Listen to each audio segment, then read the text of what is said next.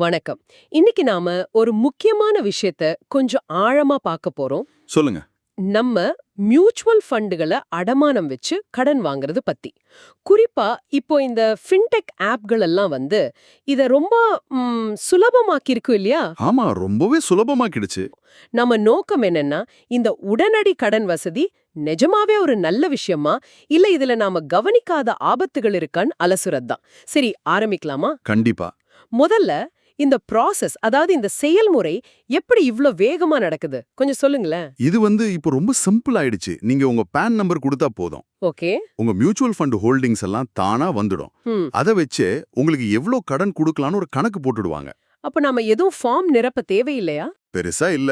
அப்புறம் உங்க bank அக்கவுண்ட்ட link பண்ணிட்டு ஒரு ஓடிபி வரும் பாருங்க.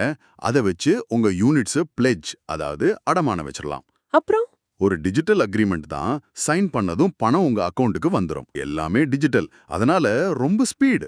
ஆமா, வேகம் ஒரு பெரிய பிளஸ் பாயிண்ட் மாதிரி தெரியுது. ஆனா இதுல ஒரு முக்கியமான விஷயம் கவனிக்கணும். எல்டிவி ரேஷியோ, அதாவது லோன் டு வேல்யூ. எல்டிவி அப்படின்னா? உங்க ஃபண்டோட மொத்த மதிப்புல எவ்ளோ சதவீதம் கடன் கிடைக்கும்னு சொல்றது. இது ஃபண்டோட வகையை பொறுத்து மாறும். ஓ, அப்படியா? எப்படி மாறும்? இப்போ ஈக்விட்டி ஃபண்ட்ஸ் வச்சிருந்தீங்கன்னா அதோட மதிப்புல ஒரு 50% வரைக்கும் கடன் கிடைக்கலாம். சரி. அதே இது டெப்ட் ஃபண்டுகள்னா கொஞ்சம் ரிஸ்க் கம்மி இல்ல, அதனால அதுல 80% வரைக்கும் கூட கிடைக்க வாய்ப்பு இருக்கு. அட, இது முக்கியமாச்சே. ஒரு உதாரணம் சொல்லுங்களேன்.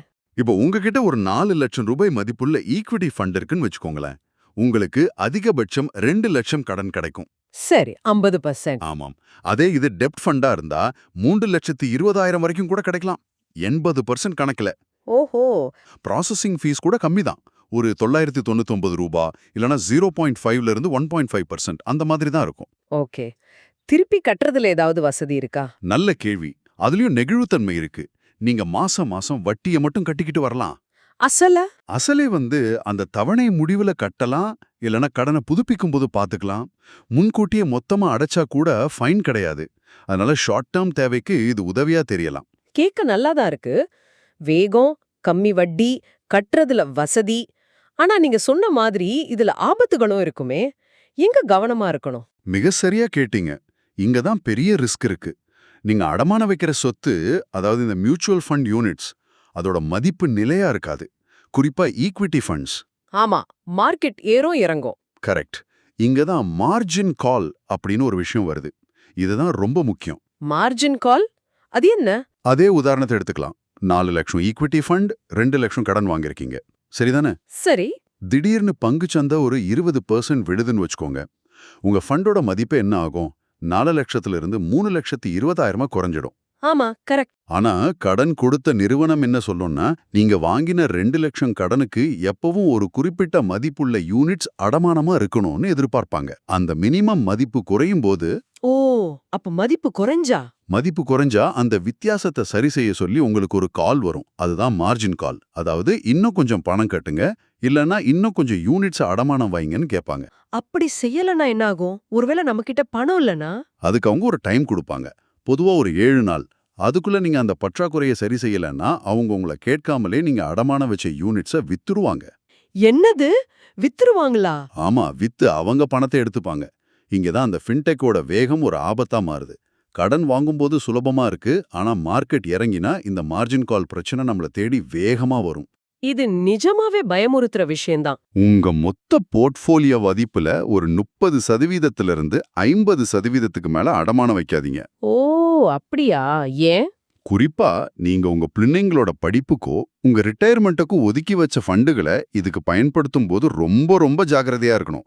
ஏன்னா மார்க்கெட் இறங்கினா இலக்கு பாதிக்கப்படும். புரியுது. இதுல வேற ஏதாவது கட்டுப்பாடுகள் இருக்கா? அடமானம் வச்ச யூனிட்ஸ நாம விக்க முடியாதா? ஆமா, அடமானம் வச்ச யூனிட்ஸை நீங்க அந்த கடன் முடியற வரைக்கும் விற்க முடியாது. அதே மாதிரி இஎல்எஸ்எஸ் மாதிரி லாக்இன் பீரியட்ல இருக்கிற ஃபண்டுகளையும் அடமானம் வைக்க முடியாது. சரி.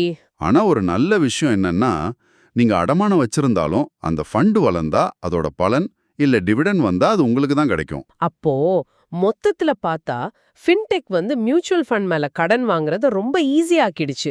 வேகமா கிடைக்குது. ஆமா, கத்தால குறிப்பா ஈக்விட்டி ஃபண்ட்ல பெரிய ஆபத்து இருக்கு. இந்த மார்ஜின் கால்ங்கிறது ஒரு கத்தி மாதிரி தொங்கிட்டே இருக்கு. கரெக்ட். அதனால குறுகிய கால தேவைக்கு அதுவும் ரொம்ப யோசிச்சு புத்திசாலித்தனமா பயன்படுத்தினா பரவாயில்ல. அப்போ கடைசியா நீங்க என்ன சொல்றீங்க? இது நம்ம எல்லாருக்கும் ஒரு முக்கியமான கேள்வியை எழுப்புது இல்லையா? உங்க உடனடி பணத் தேவைக்காக நீங்க ரொம்ப கஷ்டப்பட்டு நீண்ட காலத்துக்காக சேர்த்த முதலீக்க பணைய வைக்கிறது எந்த அளவுக்கு சரி? யோசிக்க வேண்டிய விஷயம்தான். அதுவும் இப்போ இந்த டெக்னாலஜி காலத்துல 2-3 கிளிக்ல கடன் கிடைக்குதுங்கிற ஒரு வசதி இருக்கும்போது அந்த சபலத்தை மீறி நம்ம நீண்ட கால நிதி நலனை எப்படி பாதுகாக்கிறது? இத பத்தி நீங்க கொஞ்சம் ஆழமா யோசிச்சு பாருங்க. Mutual fund investments are subject to market risks. Read all scheme-related documents carefully.